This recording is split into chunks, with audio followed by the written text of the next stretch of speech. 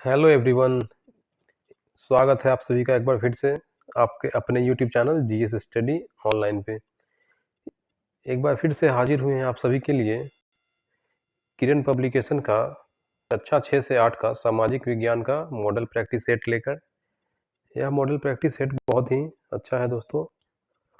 इसमें social studies के देखिए 80 प्रश्नों के 80 अंक के प्रैक्टिस सेट है। यह परीक्षा के दृष्टिकोण से बहुत ही उपयोगी होने वाला है दोस्तों, तो ध्यान से देखिएगा इस प्रैक्टिस सेट को। जो लोग पहली बार इस चैनल पे आए हैं कृपया चैनल को सब्सक्राइब कर लें और लाइक करना न भूलें। तो आइए स्टार्ट करते हैं। ये क्वेश्चन है 71। बिहार में 1857 ईस्वी की क्रांति के नेता बाबू कुंवर सिंह का देहांत कब हुआ? तो फर्स्ट ऑप्शन है 10 अप्रैल 1858 और ऑप्शन नंबर 2 17 जून 1858, 26 अप्रैल 1858 या एक से अधिक या कोई नहीं। देखिए इसका सही जवाब हो जाएगा 26 अप्रैल 1858 को बाबू कुंवर सिंह का देहांत हुआ था। तो ऑप्शन नंबर थर्ड सही है, 26 अप्रैल 1858 को बाबू कुंवर सिंह का देहांत हो गया था। आइए नेक्स्ट है 72 नंबर है, सूची 1 को मिलान सूची 2 से कीजिए तथा नीचे दिए गए कूट का उपयोग करते हुए सही उत्तर का भी चयन कीजिए। देखिए सूची 1 दिया हुआ है और सूची 2 दिया हुआ है, दोनों का मिलान करना है सही से। तो इसे देखते हैं। तो देखिए एहोल प्रस्तर लेख है, एहोल प्रस्तर लेख, तो इसका हो जाएगा पुलकेशिन द्वितीय। जूनागढ़ शिलालेख, इसका हो जाएगा रुद्रदमन प्रथम। और नासिक गुहा लेख, इसका हो जाएगा गौतमी बलश्री। एवं लास्ट है भीतरी स्तंभ लेख, तो इसका हो जाएगा स्कंदगुप्त। तो इसमें देखिए कौन सा ऑप्शन सही होना चाहिए। देखिए ऑप्शन नंबर 3 में सेम दिया हुआ है जैसे मैंने बताया है, तो ऑप्शन नंबर 3 इसका सही जवाब हो जाएगा। आइए नेक्स्ट देखते हैं। क्वेश्चन नंबर है 73। हड़प्पा सभ्यता के तहत वह एकमात्र जगह कौन सी है जहां 216 मीटर लंबा एवं 37 मीटर चौड़ा एक नौका घाट अवस्थित था? तो यह हो जाएगा लोथल। लोथल जो है यह अहमदाबाद जिले गुजरात के सागर वाला ग्राम से 80 किलोमीटर दक्षिण में यह भोगवा नदी के तट पर है स्थित लोथल। और यह ध्यान रखना होगा आप लोगों को दोस्तों, लोथल का खोज जो है डॉक्टर एस आर राव ने किया था 1957 में। यह भी आपको ध्यान में रखना पड़ेगा। तो 73 का सही जवाब हो जाएगा लोथल, ऑप्शन नंबर 3 लोथल। आइए नेक्स्ट है 74 नंबर। सिंधु घाटी सभ्यता के पतन के संबंध में दिए गए निम्नलिखित तथ्यों में से कौन सा सही ढंग से सुमेलित है? तो देखिए कौन सा सही ढंग से सुमेलित है वह देखना है हमें। देखिए गार्डन,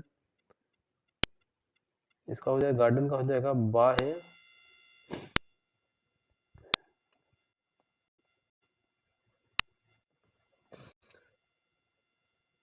देखिए गार्डन दिया है, गार्डन विदेशी आक्रमण ये बिल्कुल सही दिया हुआ है। ऑरेल स्टेन जलवायु परिवर्तन के लिए भी सही है। डैलेस जो है भौगोलिक घटनाक्रम ये भी सही है। वीएन मिश्र भूगर्भस्थलीय परिवर्तन, ये चारों जो है ऑप्शन के जो सही मिलान किया हुआ है, सुमेलित ढंग से किया हुआ है। और सवाल में क्या पूछा जा रहा है, दिए गए निम्नलिखित तथ्यों में से कौन सही ढंग से सुमेलित है, इसमें कौन पूछा जा रहा है, जबकि ये सभी सही है। तो इसके सही जवाब जो हो जाएंगे वो है उपयुक्त में से एक से अधिक, क्योंकि एक से ज्यादा जो है सही ढंग से सुमेलित किया हुआ है। ऑप्शन नंबर 4 सही हो जाएगा इसका, उपयुक्त में से एक से अधिक। आइए नेक्स्ट देखते हैं 75 नंबर क्वेश्चन है। गांधी जी को महात्मा की उपाधि किसने दी थी? गांधी जी को जो महात्मा की उपाधि थी वो रविन्द्रनाथ टैगोर ने दिया था, रविन्द्रनाथ टैगोर। सही जवाब हो जाएगा ऑप्शन नंबर 1। अगला है 76 नंबर है। उत्तर भारत में गणतंत्र एवं राजतंत्र महाजनपद की स्थापना हुई थी लगभग 600 ईसा पूर्व में हुई थी। ऑप्शन नंबर 1 600 ईसा पूर्व में हुई थी। आगे है 77। सूची 1 को सूची करना है मिलान सूची 2 से तथा नीचे दिए गए कूट का उपयोग करते हुए सही उत्तर का चयन करना है। 77 का देखिए पानीपत का जो दिया है ए में, पानीपत का प्रथम युद्ध, तो ये 1526 में हुआ था। कब हुआ था ये? 1526 में हुआ था। खानवा का युद्ध जो है ये 1527 ईस्वी में हुआ था। चौसा का युद्ध हुआ था 1539 में, एवं कन्नौज का युद्ध 1540 में। ये सब ध्यान में रखना होगा, इससे डायरेक्टली क्वेश्चन आ सकते हैं। तो इसका जो सही ऑप्शन जो होगा क्रम में देखिए, वो हो जाएगा 77 का 3। जो मैंने बताया है ये 77 का 3 में बिल्कुल उसी ढंग से दिया हुआ है, तो ऑप्शन नंबर 3 जो है इसका सही जवाब हो जाएगा। नेक्स्ट है 78 नंबर है। 78 नंबर में है, अपने विख्यात नेता चंगेज खां के नेतृत्व में मंगोल प्रथम बार सन ब्लैंक में सिंधु नदी के किनारे संगठित हुए थे। कौन से सन में, कौन से ईस्वी में हुए थे सिंधु नदी के किनारे संगठित? तो वे हुए थे 1221 में, 1221 ईस्वी में हुए थे। यहाँ 1221 हो जाएगा। अपने विख्यात नेता चंगेज खां के नेतृत्व में मंगोल प्रथम बार सन 1221 में सिंधु नदी के किनारे संगठित हुए थे। आगे है क्वेश्चन नंबर 79 है, सिखों के निम्नलिखित गुरुओं का कालक्रम की दृष्टि से सजाइए। यानी कि जो पहले किस काल में कौन आए थे, उसके बाद अगले काल में कौन आए थे, इस तरह से ढंग से सजाना है। तो देखिए 79 में जो है गुरु अर्जुन देव पहले हो जाएंगे इसमें। सबसे प्रथम जो है गुरु अर्जुन देव हो जाएंगे। इनका जो है वर्ष काल है 1581 से 1606। देखिए ये भी मैं बता रहा हूँ डिटेल पूरा आपको। 1581 से 1606 में इनका समय था, कालक्रम था। उसके बाद हुए हरगोविंद, गुरु हरगोविंद सिंह। हरगोविंद सिंह जो थे, इनका हुआ था कालक्रम 1606 से 1645 इनका कालक्रम था। नेक्स्ट है गुरु हरकिशन। गुरु हरकिशन का जो था 1661 से 1664, यानी कि देखिए अब आगे देखते हैं। इनके बाद हो जाएंगे गुरु तेग बहादुर। इनका 1664 से 1675 था। ये भी मैं आपको पूरा डिटेल बता दिया फ्रेंड्स। तो देखिए सही कालक्रम इनका 79 का जो है, सबसे पहले देखिए इसका ऑप्शन देख लीजिए, जो मैंने बता दिया है ये डिटेल, इस क्रम में किस ऑप्शन में दिया हुआ है। देखिए 79 का देखिए इसमें जो है, जो मैंने बताया है उस क्रम में ऑप्शन नंबर 3 में दिया हुआ है, तो ये सही हो जाएगा ऑप्शन नंबर 3। जो मैंने बताया है अभी डिटेल, ये 79 का 3 हो जाएगा सही जवाब। आगे है, निम्नलिखित में से किस चोल शासक ने कावेरी नदी के मुहाने पर अपनी राजधानी स्थापित की एवं इसका नाम गर्गेगाइंडो और चुलबुरम रखा? तो इसका देखिए 80 का हो जाएगा, ऑप्शन नंबर 2 जो है सही जवाब होगा। 80 का ऑप्शन नंबर 2 जो है सही जवाब हो जाएगा। राजेंद्र 1, राजेंद्र प्रथम हो जाएगा सही जवाब।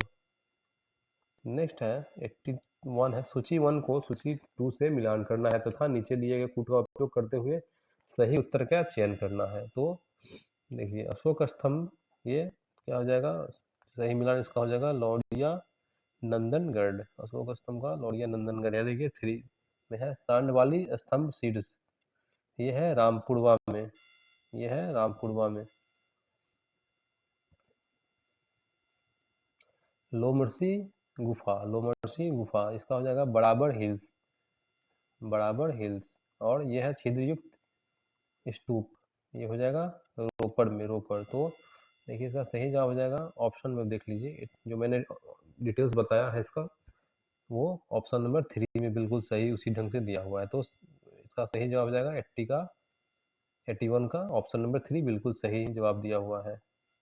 आगे देखते हैं 82 नंबर है, प्राचीन पाषाण युग के निवासियों को निम्नलिखित में से किस विषय का ज्ञान था? तो प्राचीन पाषाण युग के निवासी जो थे, उनको निम्नलिखित में से किस विषय का ज्ञान था? तो इसका देखिए क्या क्या है, चित्रांकन, कृषि कार्य, शिकार एवं उपयोग में से एक से अधिक या कोई नहीं। तो सही जवाब हो जाएगा शिकार का ज्ञान जो था उनको सही ढंग से था। प्राचीन पाषाण युग के जो थे निवासी, प्राचीन पाषाण युग के निवासी, इनको शिकार का जो है ज्ञान बिल्कुल सही ढंग से था। तो शिकार इसका ऑप्शन नंबर 3 इसका सही जवाब होगा 82 का। नेक्स्ट है 83 नंबर है। 83 में देखते हैं, मौर्य साम्राज्य के पतन का एक संभावित कारण था। मौर्य साम्राज्य का जो पतन हुआ था उसका संभावित कारण क्या था? आइए ऑप्शन देख लेते हैं। अशोक द्वारा अहिंसा अपनाए जाने के कारण सैन्य शक्ति का ह्रास हो गया है, या बौद्ध धर्मावलंबी वणिक समुदाय इतना शक्तिशाली हो गया था कि इसने अपने सामने राजशक्ति को बौना बना दिया, या विशाल सैन्य वाहिनी के रूप रख रखाव में होने वाले खर्च या अधिकारियों को प्राप्त वेतन एवं जमीन बंदोबस्त में होने वाले अर्थव्यय की वजह से हो गया, या उपयुक्त में से एक से अधिक, या उपयुक्त में से कोई नहीं। तो देखिए 84 का जो सही जवाब होगा वो है ऑप्शन नंबर 3, विशाल सैन्य वाहिनी के रख रखाव में होने वाले खर्च, अधिकारियों के प्राप्त वेतन एवं जमीन बंदोबस्त होने वाले अर्थव्यय की वजह से। आगे देखते हैं 84 नंबर है, बुर्ज भूम के बारे में निम्नलिखित कथनों पर विचार कीजिए।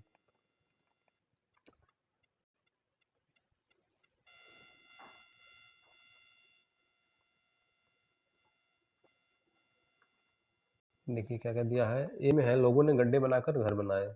बी में है खाना पकाने से चूल्हे झोपड़ियों के अंदर और बाहर दोनों जगह पाए गए। तो इसमें देखिए 84 में जो है इसका सही जवाब देखिए क्या हो जाएगा, दोनों सही होगा, दोनों ए और बी दोनों है सही है इसमें, इसलिए ऑप्शन नंबर 3 इसका सही जवाब हो जाएगा। दोनों ए और बी दोनों सही दिया हुआ है, इसलिए ऑप्शन नंबर 3 सही जवाब हो जाएगा। आगे है 85 नंबर, निम्नलिखित में से कौन भारतीय राष्ट्रीय कांग्रेस की प्रथम बैठक में उपस्थित नहीं हो सके थे? तो वो थे सुरेंद्र नाथ बनर्जी। सुरेंद्र नाथ बनर्जी जो थे वो भारतीय राष्ट्रीय कांग्रेस के प्रथम बैठक में उपस्थित नहीं हो सके थे। ऑप्शन नंबर 2 सुरेंद्र नाथ बनर्जी सही जवाब हो जाएंगे। 86 है, शेर शाह के शासनकाल में काश्तकारों के अधिक एवं दायित्व विधिवत मंजूर किए गए थे तथा उन्हें स्पष्ट रूप से परिभाषित किया गया था, वह शामिल था। देखिए सभी सही दिए हुए हैं इसमें, कबूलियत में, पट्टा में, सर्दी में, यानी कि उपयुक्त में से एक से अधिक सही जवाब हो जाएगा। ऑप्शन नंबर 4 इसका सही जवाब है। आगे है क्वेश्चन नंबर 87 है, मैगस्थनीज के संबंध में निम्नलिखित में से कथनों में से कौन सा सही है या है? वह क्या था, यूनानी शासक सेल्यूकस निकेटर का द्वारा चंद्रगुप्त मौर्य के दरबार में भेजा गया दूत है, ये तो बिल्कुल सही दिया हुआ है। नेक्स्ट 2 में क्या दिया है, मेगास्थनीज के अनुसार मौर्य राजा सामान्य रूप से सशस्त्र महिलाओं से घिरा होता था, तो ये भी जो है सही दिया हुआ है, ये भी सही दिया हुआ है। और मेगास्थनीज के अनुसार राजा का महल लकड़ी से बना था और पत्थर की नक्काशी से सजाया गया था, यानी कि इसमें सभी सही दिए हैं। सॉरी फ्रेंड्स, एक मिनट, इसमें सभी सही दिए हुए हैं, यानी कि देखिए ऑप्शन नंबर 4 जो है यह सही जवाब हो जाएगा। उपयुक्त में से एक से अधिक, यानी कि सभी इसमें सही दिए थे, इसलिए उपयुक्त में से एक से अधिक। नेक्स्ट है क्वेश्चन नंबर 88, निम्नलिखित में से कौन सा सातवाहन शासक शकों, यवनों एवं पल्लवों के संहारकर्ता के रूप में जाना जाता है? तो ये हो जाएगा गौतमीपुत्र सतकर्णी को, गौतमीपुत्र श्री सतकर्णी को। सवाल एक बार फिर से देख लेते हैं, निम्नलिखित में से कौन सा सातवाहन शासक शकों, यवनों एवं पल्लवों के संहारकर्ता के रूप में जाना जाता है? तो वो थे option number 2 Gautamiputra Shri Satakarni. Next है 88, गुरु नानक का जन्म तलवंडी नामक स्थान पर किस वर्ष तथा किस नदी के किनारे हुआ था? तो ये हुआ था 1469 में रावी नदी के किनारे। गुरु नानक का जो जन्म हुआ था वह तलवंडी में हुआ था 1469 में रावी नदी के तट पर, यानी रावी नदी के किनारे में। नेक्स्ट है 90 नंबर, क्वेश्चन नंबर 90 है, निम्नलिखित में से किसे भारतीय कृषक वर्ग का प्रथम आम विद्रोह कहा जा सकता है? तो ये हो जाएगा बंगाल का नील विद्रोह, बंगाल का नील विद्रोह सही जवाब हो जाएगा इसका। आइए क्वेश्चन नंबर 91 है, देख लेते हैं क्या दे रहा है। निम्नलिखित में से किसे काकोरी कांड के मुकदमे का सामना नहीं किया गया था? निम्नलिखित में से किसने काकोरी कांड का में मुकदमे का सामना नहीं किया था? तो ये हो जाएंगे चंद्रशेखर आजाद। चंद्रशेखर आजाद जो थे उन पे मुकदमे का नहीं चलाया गया था, नहीं चल सका था, तो सही जवाब हो जाएंगे Chandrashekhar Azad, option number 3।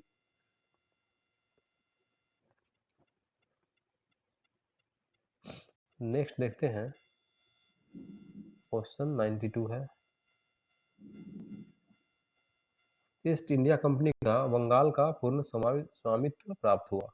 East India company को जो है बंगाल का पूर्ण स्वामित्व कब प्राप्त हुआ था? तो ये हुआ था 1764 में। 1764 में बक्सर का युद्ध जो हुआ था, उसके पश्चात ही कंपनी ने बंगाल, बिहार और उड़ीसा पर पूर्ण प्रभुत्व स्थापित कर दिया था तथा साथ साथ अवध अंग्रेजों का कृपा पात्र भी बन गया था। तो सही जवाब हो जाएगा 1764 सही जवाब हो जाएगा। आगे है 93 देखते हैं।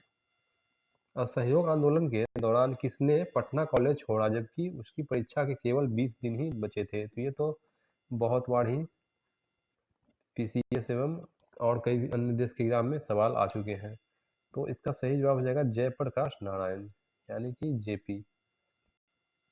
इन्होंने आंदोलन चला था जेपी आंदोलन। देखिए सही जवाब हो जाएंगे इनके जयप्रकाश नारायण, जेपी। असहयोग आंदोलन के दौरान जो है जयप्रकाश नारायण मौलाना अबुल कलाम आजाद द्वारा अंग्रेजी शिक्षा त्याग के आह्वान से अधिक प्रभावित थे।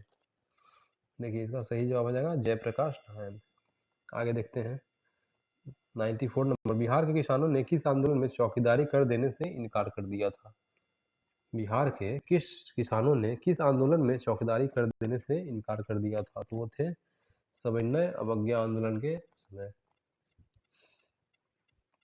यानी कि सिविल डिसोबीडियंस मूवमेंट। सविनय अवज्ञा आंदोलन के दौरान चौकीदारी कर देने से किसानों ने इनकार कर दिया था। तो ऑप्शन 3 सही जवाब हो जाएगा, सविनय अवज्ञा आंदोलन। नेक्स्ट है 95 नंबर देखते हैं। निम्नलिखित घटनाओं के कालक्रम की दृष्टि से सजाइए। देखिए चौड़ी चौरा कांड है, चटगांव शस्त्रागार लूट एवं मोपला विद्रोह। इसको सही कालक्रम से सजाना है। तो देखिए सबसे प्रथम जो है मोपला विद्रोह 1921 में हुआ था।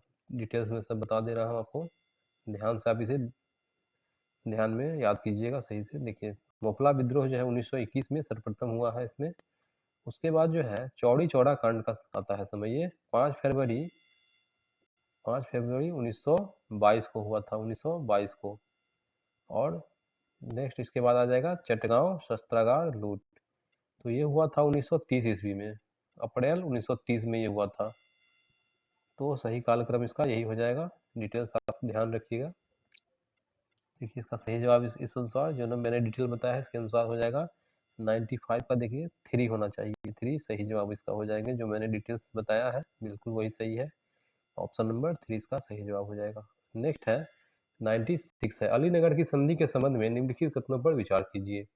ए में है रॉबर्ट क्लाइव एवं मीर कासिम के बीच अलीनगर की संधि पर हस्ताक्षर किए गए थे। बी है बंगाल से गुजरने वाले सभी ब्रिटिश सामानों को शुल्क से मुक्त रखा गया था। सी है ईस्ट इंडिया कंपनी को राजकोषीय अधिकार दीवानी या क्षेत्र का प्रशासन करते हैं तथा बंगाल, बिहार एवं उड़ीसा से कर एकमात्र करने का अधिकार दिया गया था। देखिए इसका सही जवाब क्या होगा 96 का। जो सही जवाब हो जाएगा देखिए केवल 20 में सही दिया हुआ है, यानी कि ऑप्शन नंबर बी सही है, 2 सही हो जाएगा इसमें। 96 का ऑप्शन नंबर 2 सही हो जाएगा। अगला है 97 है, क्वेश्चन नंबर 97। 19वीं शताब्दी के महान समाज सुधारक ईश्वर चंद्र विद्यासागर ने किस सामाजिक कार्य के लिए संघर्ष किया था? ये बहुत इंपॉर्टेंट क्वेश्चन है दोस्तों। ईश्वर चंद्र विद्यासागर से रिलेटेड है कि उन्होंने कौन से सामाजिक कार्य के लिए संघर्ष किया था। तो हो जाएगा वो किए थे विधवा पुनर्विवाह के लिए। उन्होंने विधवा पुनर्विवाह के लिए संघर्ष बहुत किया था। तो सही जवाब इसका हो जाएगा विधवा पुनर्विवाह। नेक्स्ट है 98। 1857 के विद्रोह के परिणाम के रूप में निम्नलिखित में से कौन सा परिवर्तन ब्रिटिश संसद द्वारा लाया गया था? यानी कि ब्रिटिश संसद के द्वारा 1857 के विद्रोह के परिणाम के रूप में निम्नलिखित में से कौन सा परिवर्तन लाया गया था? तो यह हो जाएगा 1857 के विद्रोह के परिणाम स्वरूप जो है यह हो जाएगा, देखिए ऑप्शन नंबर 1, ब्रिटिश के कैबिनेट के एक सदस्य को भारत के लिए राज्य सचिव नियुक्त किया गया था। यही इसका सही जवाब है, 98 का 1 सही हो जाएगा। नेक्स्ट है 99 नंबर।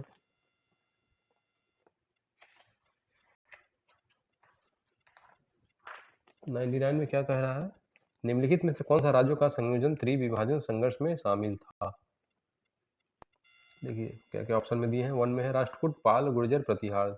ऑप्शन नंबर 2 है पाल, चोल, गुर्जर, प्रतिहार। ऑप्शन नंबर 3 है चोल, राष्ट्रकूट एवं पाल। फोर्थ है उपरोक्त में से कोई नहीं या एक से अधिक। तो देखिए इसका सही जवाब जो हो जाएगा 99 का ऑप्शन नंबर 1 सही है। राष्ट्रकूट, पाल एवं गुर्जर प्रतिहार वंश ये हो जाएंगे इसका सही जवाब। राष्ट्रकूट, पाल, गुर्जर प्रतिहार। आगे है क्वेश्चन नंबर 100 है, निम्नलिखित में से किस पर ब्रिटिश संसद द्वारा महाभियोग चलाया गया था? किस पर ब्रिटिश संसद के द्वारा महाभियोग चलाया गया था? तो वो है वारेन हेस्टिंग्स के द्वारा पर चलाया गया था। वारेन हेस्टिंग्स पर ब्रिटिश संसद के द्वारा महाभियोग चलाया गया था। सही ऑप्शन हो जाएंगे इसके वारेन हेस्टिंग्स। आगे है 101 है, क्वेश्चन नंबर 101। विस्तृत रेगिस्तानी क्षेत्र में कठोर चट्टान के सामान्य सतह से ऊंचे उठे हुए टीले कहलाते हैं। क्या कहलाते हैं? छत्रकशिला, इंसलेबर्ग या ज़ुगेन, या कोई नहीं या एक से अधिक। तो देखिए इसका सही जवाब होगा इंसेलबर्ग। विस्तृत रेगिस्तानी क्षेत्र में जो कठोर चट्टान के सामान्य सतह से ऊंचे उठे हुए टीले को कहते हैं इंसेलबर्ग। ऑप्शन नंबर 2 सही जवाब होगा इंसेलबर्ग। अगला है 102 नंबर क्वेश्चन। जब पर्वतीय भाग से कई घाटी हिमनद यानी कि वैली ग्लेशियर नीचे उतरकर पर्वत के आधार पर बेस या तली फुट पर एक दूसरे से मिल जाते हैं तो उस विस्तृत हिमनद को क्या कहते हैं? तो उसे कहते हैं गिरिपद हिमनद यानी कि पाइडमोंट ग्लेशियर। गिरिपद हिमनद हो जाएगा सही ऑप्शन। नेक्स्ट है गंगा का डेल्टा निम्नलिखित में से किस प्रकार के डेल्टा का उदाहरण है? गंगा का जो डेल्टा है यह किस प्रकार का डेल्टा का उदाहरण है? तो इसको हो जाएगा चापाकार डेल्टा। सही ऑप्शन हो जाएगा ऑप्शन नंबर 3 चापाकार डेल्टा। नेक्स्ट है डोल ड्रम्स की स्थिति निम्नलिखित में से किस वायु दाब पेटी में है जिसकी उत्पत्ति तापीय कारणों से होती है?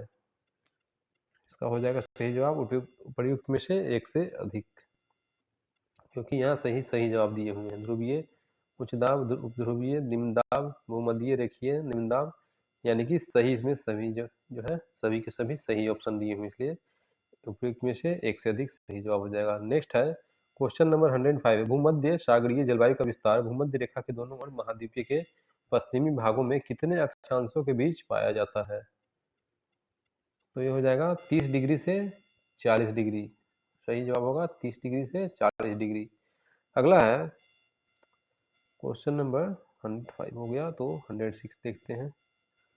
क्वेश्चन नंबर 106, भारत का देशांतरीय जो है विस्तार 68 डिग्री 7 पूर्व से 97 डिग्री 25 पूर्व है, इसका अक्षांशीय विस्तार कितना होगा? तो ये हो जाएगा 8 डिग्री से 37 उत्तर। ऑप्शन नंबर 2 सही हो जाएगा इसका। नेक्स्ट है 107 है, सूची 1 को सूची 2 से सुमिलित कीजिए तथा सूचियों के नीचे दिए गए कूट का प्रयोग कर अपना उत्तर को चुनिए। देखिए पहले क्या दिए हुए हैं, कृष्णा है, कृष्णा नदी। परियोजना इसका नागार्जुन सागर, ये सही दिया हुआ है बिल्कुल। सतलज जो है, सतलज क्या हो जाएगा, भाखड़ा नंगल। सतलज का जो है ये टिहरी नहीं बल्कि भाखड़ा नंगल हो जाएगा, ये तो सही है। कृष्णा नागार्जुन सागर सही है, सतलज का भाखड़ा नंगल हो जाएगा। महानदी हो जाएगा हीराकुंड जो कि उड़ीसा में है। महानदी हीराकुंड डैम पे है यानी कि उड़ीसा में है। और भागीरथी जो है, भागीरथी टिहरी डैम पर है। टिहरी डैम ये कहाँ है, उत्तराखंड में है। टिहरी डैम उत्तराखंड में है। एक बार फिर से बता देता हूँ, देखिए कृष्णा जो है ये नागार्जुन सागर आंध्र प्रदेश में है। सतलज जो है, सतलज नदी किस परियोजना के अंतर्गत है, भाखड़ा नंगल, भाखड़ा नंगल। महानदी है हीराकुंड जो उड़ीसा में है, एवं भागीरथी जो है टिहरी डैम है परियोजना एवं उत्तराखंड में है। तो ये आपको ध्यान में अच्छी तरह रखना है, ये इंपॉर्टेंट सवाल है, एग्जाम में आने के पूरे पूरे चांसेस रहते हैं। तो देखिए जो मैंने डिटेल्स बताया है उसके अनुसार इसका सही जवाब हो जाएगा, इस क्रम में दिया हुआ है, ऑप्शन नंबर 1 इसका सही जवाब हो जाएगा। आगे देखते हैं 108 है, सूची 1 को सूची 2 के साथ सुमिलित करके अपना उत्तर को चुनना है। देखिए विषुवतीय रेखा ये हो जाएगा जावा। विषुवतीय रेखा जो है वो कहाँ है, जावा इंडोनेशिया।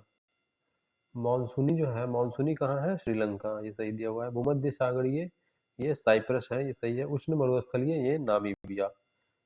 देखिए जो मैंने बताया है डिटेल्स मिलान सही किया है उसके अनुसार इसका सही जवाब हो जाएगा ऑप्शन नंबर 3 में जो है बिल्कुल वही दिया हुआ है क्रम में, ऑप्शन नंबर 3 इसका सही जवाब हो जाएगा।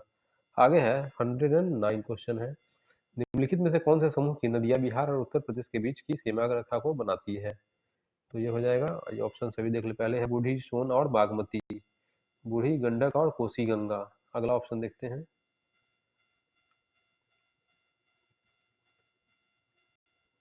कर्मनाशा, गंडक और घाघरा। देखिए बिल्कुल सही जवाब दिया है ये three, option number 3, Karmanasha, Gandak और घाघरा इसका सही जवाब हो जाएगा। नेक्स्ट है, सूची 1 को सूची 2 के साथ सुमेलित कीजिए तथा सूचियों के नीचे दिए गए कूट का उपयोग कर सही उत्तर को चुनिए। तो 110 का देखिए अभ्यारण्य दिए हुए हैं, उसका राज्य किस राज्य में वे स्थित है, सही मिलान करना है। देखिए नामदफा जो है यह अरुणाचल प्रदेश में है। नामदफा कहाँ है? अरुणाचल प्रदेश। पेरियार है केरल में, पेरियार केरल में है। बांदीपुर जो है, बांदीपुर अभ्यारण्य जो है वन्य जीव अभ्यारण्य, यह कर्नाटक में है। और लामजाओ है, लामजाओ मणिपुर में। तो देखिए इसका जो ऑप्शन में बताया है डिटेल्स, ये इस ऑप्शन में सही सही दिए हुए हैं। तो देखिए वन में ही ये सही सही जिस तरह मैंने डिटेल्स बताया है वे उस अनुसार ऑप्शन नंबर 1 इसका सही जवाब हो जाएगा। आगे है क्वेश्चन नंबर 111, कार्यशीलता की दृष्टि से बच्चों और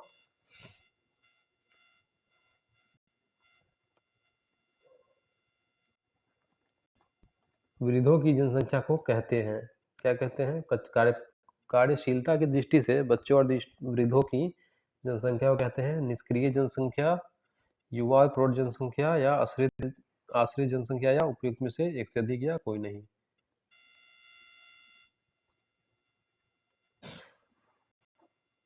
तो इसका सही जवाब हो जाएगा आश्रित जनसंख्या। ऑप्शन नंबर 3 जो है आश्रित जनसंख्या वो सही जवाब है इसका। ऑप्शन नंबर 3 सही जवाब हो जाएगा। नेक्स्ट है, भारत में चंदन की लकड़ी के वन समूह कहाँ पाए जाते हैं? तो यह हो जाएगा नीलगिरी की पहाड़ियों में। ये नीलगिरी की पहाड़ियों में पाए जाते हैं।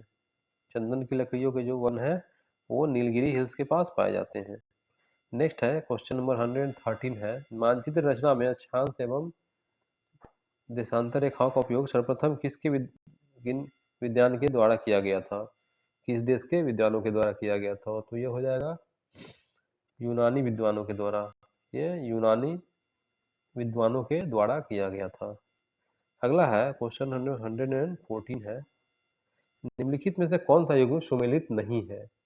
कौन सा सुमेलित नहीं है? तो देखिए माउंट आबू जो है, माउंट आबू, अरावली पहाड़ियाँ, ये तो सही दिया हुआ है। कोडाईकल जो है, कोडाईकल या पटनी पहाड़ियाँ होगा यहाँ। कोडाईकल गलत दिया है, अन्नामलाई नहीं, कोडाईकल पटनी पहाड़ियाँ हो जाएंगे। उटकमंड जो है नीलगिरी पहाड़ियाँ, ये ठीक है। कोडाईकल यानी कि यहाँ गलत दिया हुआ है। तो ऑप्शन नंबर 2 जो है इसका सही जवाब होगा, क्योंकि यह सही सुमिलित नहीं है। ऑप्शन नंबर 2 सही हो जाएगा। अगला है क्वेश्चन नंबर 105, यदि भारत के कर्क रेखा के स्थान पर विषुवत रेखा होती तो यहाँ की जलवायु पर जो प्रभाव पड़ता हुआ है अधिक ताप और अधिक वर्षा होती है। ऑप्शन नंबर 2 इसका सही जवाब हो जाएगा, अधिक ताप और अधिक वर्षा।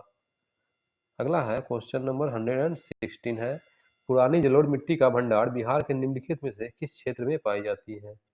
तो ये हो जाएगा पटना और गया, पटना और गया में हो जाएगा। अगला है निहारिका नेबुला क्या है? निहारिका यानी कि नेबुला जो है यह क्या है? तो यह हो जाएगा एक तप्त गैस का गोला है। क्या है? एक तप्त गैस का गोला है।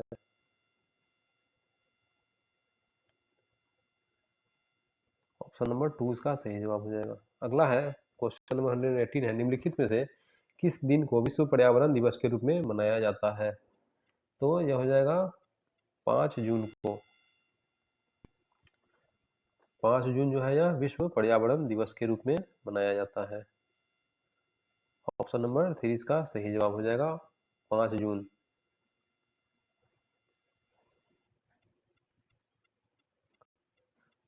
देखिए कुछ इसमें और ऑप्शन दिए हुए हैं। 5 अप्रैल जो है, 5 अप्रैल नेशनल मेरी टाइम दिवस होता है।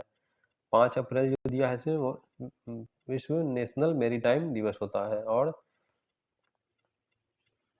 देखिए सही जवाब तो इसमें बता ही दिया मैंने कि ऑप्शन नंबर 3 इसका सही जवाब हो जाएगा। 118 का ऑप्शन नंबर 3 हो जाएगा, सही जवाब हो जाएगा। विश्व पर्यावरण दिवस 5 जून को। ऑप्शन नंबर 3 इसका सही जवाब है। नेक्स्ट है 119वां क्वेश्चन है,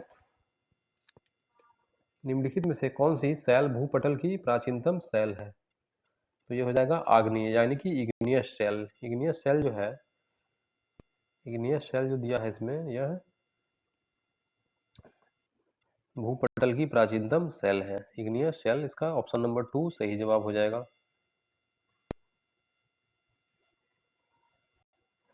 अगला है 120वां नंबर है, क्वेश्चन नंबर 120। ज्वालामुखी उद्गार के समय मोड़दार पर्वतों को अपनति एंटीक्लाइन तथा अभिनति सिंक्लाइन में लावा का जमाव हो जाता है, इस प्रकार की बनी आग्नेय शैल को क्या कहते हैं? तो यह कहलाता है पैकोलिथ। पैकोलिथ कहलाता है। नेक्स्ट है 121। निम्नलिखित में से कौन सा अर्थशास्त्री यह मानता था कि ऐतिहासिक दृष्टि से अंतर्राष्ट्रीय व्यापार ने अल्प विकसित देशों को विकास को रोका है? तो यह हो जाएगा, क्या हो जाएगा, ये सभी हो जाएंगे। इसमें सभी ऑप्शन जो है सही दिए हुए हैं, यानी कि उपयुक्त में से एक से अधिक। नेक्स्ट है और क्वेश्चन नंबर 122वां है, सुनामी जो है लहरें अधिक सक्रिय रहती हैं, कहाँ पे रहती है? उत्तरी प्रशांत महासागर में, या पूर्वी प्रशांत महासागर में, या पश्चिमी प्रशांत महासागर में? तो ये हो जाएगा पश्चिमी प्रशांत महासागर, इसका सही जवाब हो जाएगा, पश्चिमी प्रशांत महासागर में। निम्नलिखित में से बिहार का कौन सा भू आकृतिक खंड झारखंड के साथ अपनी सीमा साझा नहीं करता है? तो ये हो जाएगा मिथिला मैदान। मिथिला मैदान जो है यह झारखंड के साथ सीमा साझा नहीं करता है, यानी कि ऑप्शन नंबर 2 मिथिला मैदान सही आंसर हो जाएगा इसका। नेक्स्ट है 124वां है क्वेश्चन, निम्नलिखित में से कौन सा राष्ट्रीय उद्यान एशियाई शेर के लिए प्रसिद्ध है? तो ये है गिर, जो है गिर राष्ट्रीय उद्यान, जो कि गुजरात में है स्थित है। यह जो है एशियाटिक लाइन के लिए बहुत ही प्रसिद्ध है। गिर जो है एशियाटिक लाइन के लिए फेमस है। तो ये हो जाएगा गिर राष्ट्रीय उद्यान गुजरात, सही ऑप्शन इसका हो जाएगा। अगला है अंतर्राष्ट्रीय व्यापार की विशिष्ट विशेषता है, क्या है यह? अंतर्राष्ट्रीय श्रम विभाजन का ही एक आवश्यक परिणाम है तथा इसका आधार यह है कि विभिन्न देशों को भिन्न भिन्न सुविधाएं प्रदान करता है। ऑप्शन 2 है, इस व्यापार के अंतर्गत विनिमय विनिमय विभिन्न केंद्रीय बैंकों के प्रभाव क्षेत्रों में रहने वाले व्यक्तियों के बीच होता है, यानी। एंड ऑप्शन 3 है, इस व्यापार से जुड़े विभिन्न देशों में उत्पादकों की आर्थिक व्यवस्था प्रायः असमान रहती है। तो इसका सही जवाब हो जाएगा 125 का ऑप्शन नंबर 1 जो ही है यह सही दिया हुआ है इसमें। अंतर्राष्ट्रीय व्यापार की विशेषता विशेष जो है, यह अंतर्राष्ट्रीय श्रम विभाजन का ही एक आवश्यक परिणाम है। अब आगे देखते हैं 126 नंबर क्वेश्चन, ग्रामीण विकास कार्य या आईआरडीपी के अंतर्गत गरीबी दूर करने के लिए बेकारी भत्ता दिया जाता है? तो नहीं होगा। न्यूनतम आवश्यक कार्यक्रम का विस्तार किया जाता है? बिल्कुल यह भी नहीं होगा। ग्रामीण गरीबों को उत्पादक पूंजीगत साधन प्रदान किए जाते हैं? तो ये सही दिया हुआ है, यानी कि 126 का ऑप्शन नंबर 3 सही दिया हुआ है। ग्रामीण गरीबों को उत्पादक पूंजीगत साधन प्राप्त किए जाते हैं, प्रदान किए जाते हैं। अगला है सूची 1 को सूची 2 से मिलान करें एवं उसको सही उत्तर को चुनना है।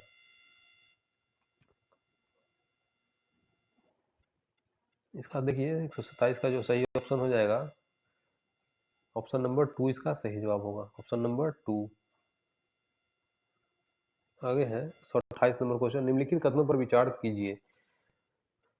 अमेजन नदी समशीतोष्ण क्षेत्र में होकर बहती है। सेकंड है, यह पश्चिम में पहाड़ों से निकलकर पूर्व में अटलांटिक महासागर तक पहुंचती है। और थर्ड में है, यह ब्राजील के भागों, पेरू के कुछ भागों, बोलीविया, इक्वाडोर, कोलंबिया तथा वेनेजुएला के एक छोटे भाग में अप्रवाहित होती है।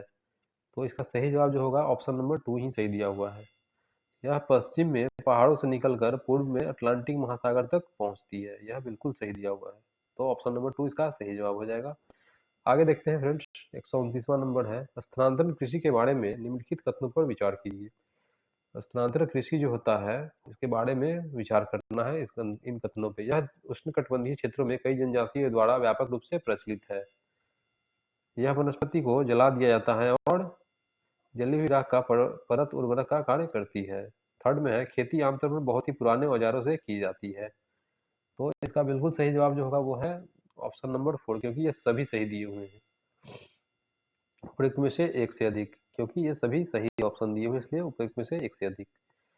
आगे है क्वेश्चन नंबर 130 है, 130वां नंबर क्वेश्चन। अहमदाबाद सूती वस्त्र उद्योग का केंद्र है, निम्नलिखित में से कौन सा कारक अहमदाबाद में वस्त्र उद्योग के फलने फूलने के लिए उत्तरदायी होते हैं?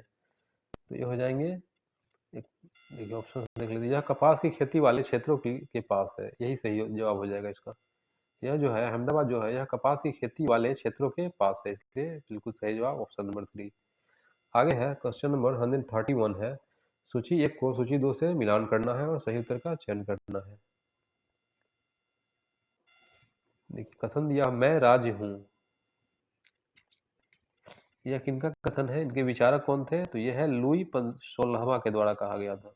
लुई 16वां, मैं राज हूँ, लुई 16वां। राज व्यक्ति से पहले है। यह अरस्तु का कथन है, अरस्तु यानी कि अरिस्टोटल, अरस्तु। राज पृथ्वी पर ईश्वर का अवतरण है।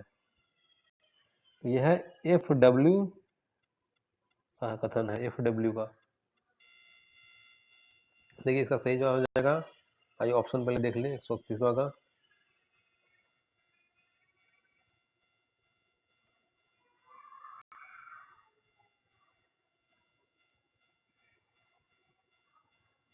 ऑप्शन देख लीजिए।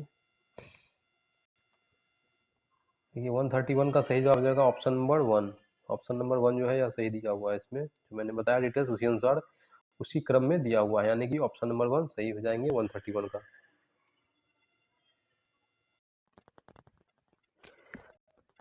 नेक्स्ट है क्वेश्चन नंबर 132। भारत के राष्ट्रपति जिस निर्वाचन मंडल द्वारा चुने जाते हैं वह मिलकर बनता है। संसद के सभी सदस्यों से, संसद तथा राज्य की विधानसभाओं के निर्वाचित सदस्यों से, संसद राज्य विधानसभाओं द्वारा तथा विधान परिषद के सदस्यों से, या उपयुक्त में से एक से अधिक, या उपयुक्त में से कोई नहीं। तो इसका जो सही जवाब हो जाएगा वो है ऑप्शन नंबर 2। संसद तथा राज्य की विधानसभाओं के निर्वाचित सदस्यों से। ऑप्शन नंबर 2 सही जवाब हो जाएगा 132 का। नेक्स्ट है क्वेश्चन नंबर 133 है। संविधान की विशेषताएं। 133 देखना है। भारतीय संविधान में निम्नलिखित में से कौन सी विशेषताएं पाई जाती है? भारतीय संविधान में निम्नलिखित में से कौन सी विशेषताएं पाई जाती है? संशोधन की बहुल प्रक्रियाएं, राज्यों की संशोधन की पहल करने का अधिकार नहीं है, या कुछ संशोधन केवल राज्य विधानसभा द्वारा ही पारित किए जा सकते हैं, या संविधान संशोधन संबंधी विवादों के समाधान के लिए संसद के सदनों की संयुक्त बैठकें। तो इसका जो सही जवाब होगा वह है ऑप्शन नंबर 1, संसद की बहुल प्रक्रियाएं। संसद की बहुल प्रक्रियाएं, ये सही जवाब है इसका 133 का, ऑप्शन नंबर 1। नेक्स्ट है 134 नंबर क्वेश्चन।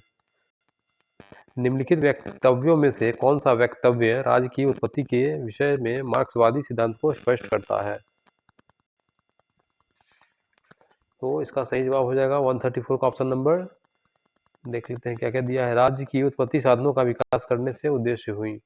राज्य की उत्पत्ति उत्पादित करने की विधि में परिवर्तन लाने के उद्देश्य से हुई, या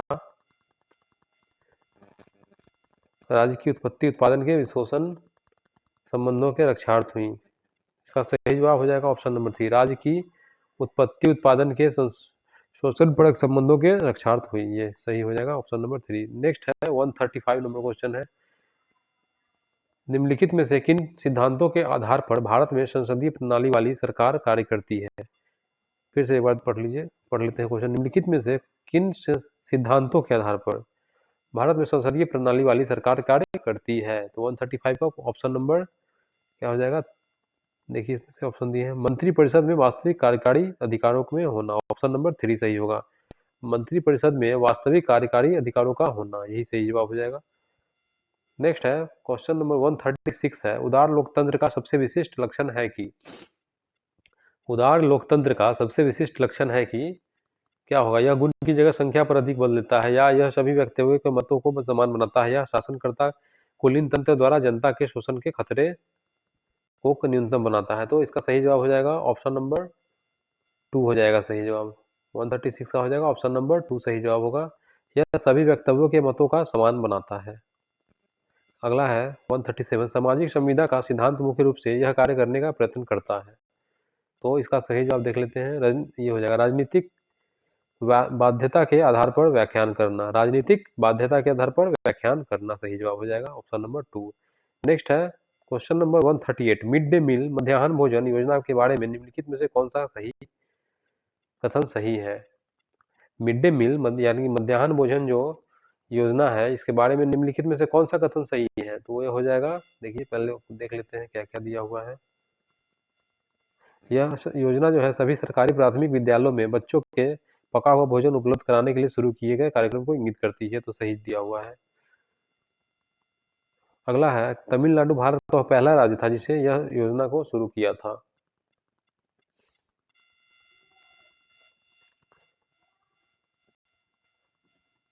और क्या दिया है ऑप्शन में देख लेते हैं। वर्ष 2000 में सर्वोच्च न्यायालय ने सभी राज्य सरकारों को 6 महीने के भीतर अपने स्कूलों में इस कार्यक्रम को शुरू करने का के लिए कहा था। तो इसका जो सही जवाब होगा 1 एंड 2 जो है यह सही दिया है, इसमें ऑप्शन नंबर 1 एंड 2 सही दिया हुआ है। तो इसका ऑप्शन देख लेते हैं क्या सही होगा जवाब। देखिए 1 एंड 2, ऑप्शन नंबर 1 में दिया है 1 एंड 2 सही हो जाएगा, ऑप्शन नंबर 1 सही जवाब होगा 138 का। नेक्स्ट है क्वेश्चन नंबर 139 है, मतदाताओं को पहचान पत्र देने का प्रावधान कहाँ किया गया है। तो यह हो जाएगा जनप्रतिनिधित्व अधिनियम 1958 में, जनप्रतिनिधित्व अधिनियम 1958 में दिया हुआ है यह। अगला है क्वेश्चन नंबर 140 है, निम्नलिखित में से कौन सा कथन राज्य के लिए सही है। इसमें से कौन सा कथन जो है राज्य के लिए सही है। देखिए क्या क्या दिया है, राज्य एक ऐसे राजनीतिक संस्थान को इंगित करता है जो उन संप्रभु लोगों का प्रतिनिधित्व करता है जिनका एक निश्चित क्षेत्र पर आधिपत्य है।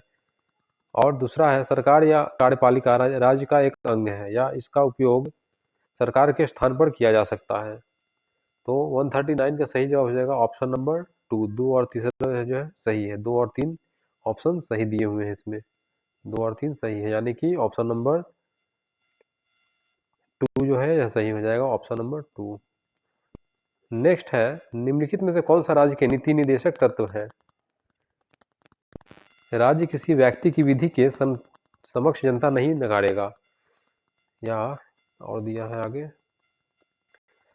राज्य धर्म मूल वंश जाति लिंग या जन्मस्थान के आधार पर किसी व्यक्ति के विरुद्ध विभेद नहीं करेगा, या राज्य पर्यावरण की रक्षा और उसका संवर्धन करने का प्रयास करेगा।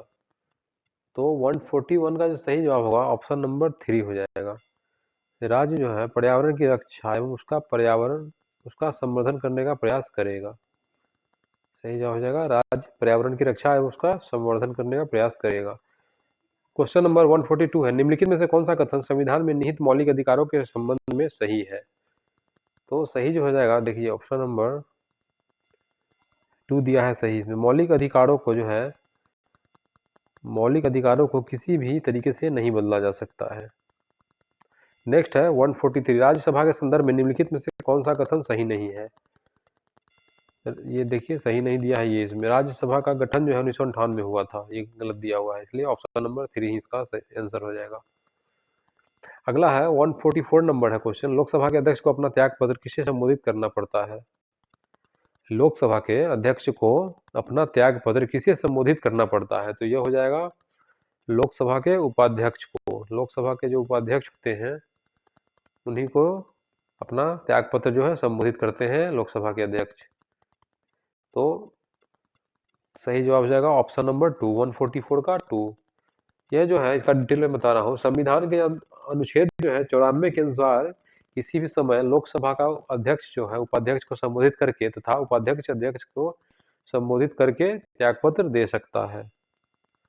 अगला है 145 नंबर क्वेश्चन है, जिला प्रशासन का आशय है। जिला प्रशासन से क्या आशय है।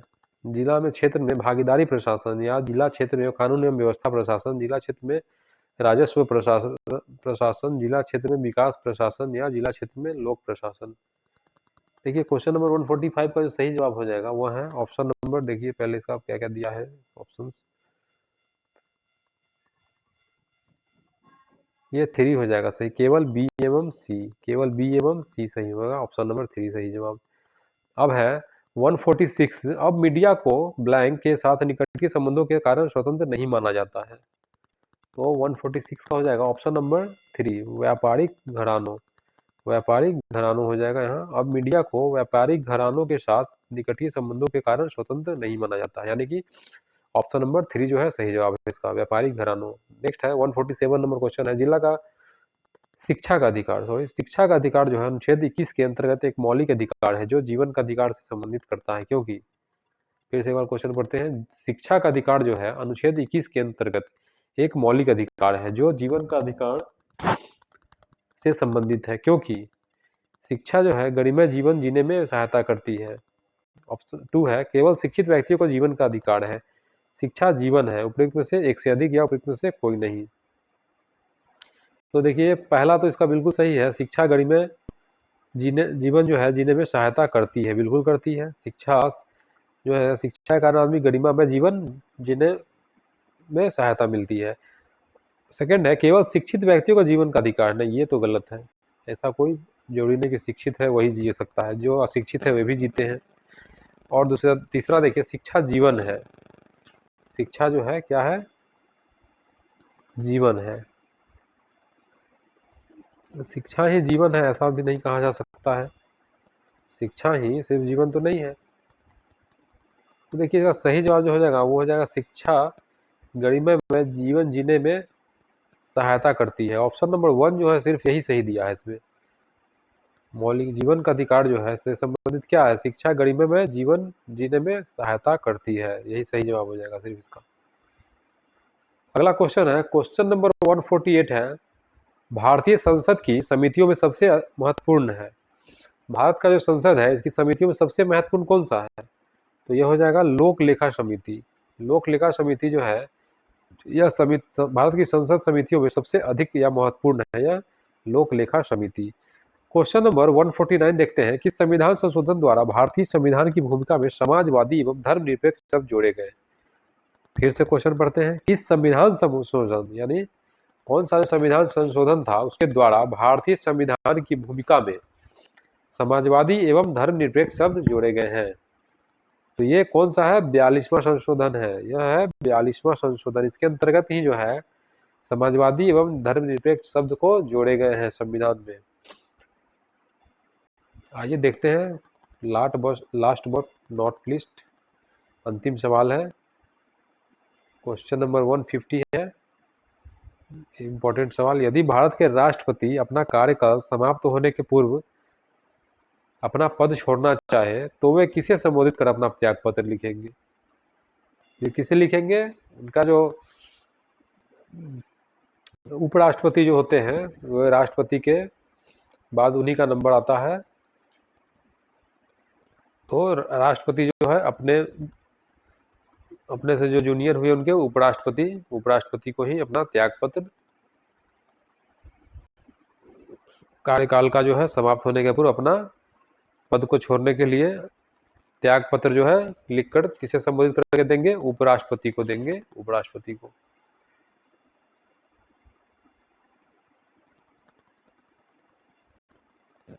क्योंकि राष्ट्रपति की गैर मौजूदगी में उपराष्ट्रपति ही राष्ट्रपति का कार्यभार संभालते हैं, तो राष्ट्रपति जो है संबोधित करेंगे किसे, उपराष्ट्रपति को संबोधित करते हैं और त्यागपत्र लिखते हैं उन्हीं के नाम पे संबोधित करके।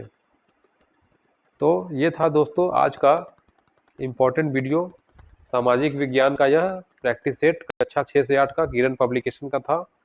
उम्मीद है कि आप लोगों ने इसे बहुत ही ध्यान से देखा होगा और समझा होगा। फिर से आप लोग इसे सॉल्व कीजिएगा, प्रैक्टिस कीजिएगा वीडियो देखकर, और ध्यान में रखने का, याद करने का कोशिश करते रहिएगा। जो लोग चैनल में पहली बार आए हैं कृपया चैनल को सब्सक्राइब करें ताकि आने वाले वीडियो आपको इसका नोटिफिकेशन मिलता रहे। और वीडियो अगर पसंद आया हो तो फ्रेंड्स लाइक करना नहीं भूलें, वीडियो को लाइक करते रहिए, चैनल को सब्सक्राइब कर दीजिए। और मिलते हैं फ्रेंड्स अपने अगले वीडियो में, फिर और एक इम्पोर्टेंट मॉडल प्रैक्टिस सेट लेकर आऊँगा और सॉल्व कराऊँगा। और आप लोगों का एग्ज़ाम में बहुत दिन का समय नहीं बचा है, तो जुड़े रहिए हमारे चैनल से और अपनी तैयारी में व्यस्त रहिए। तो good bye, thanks for watching.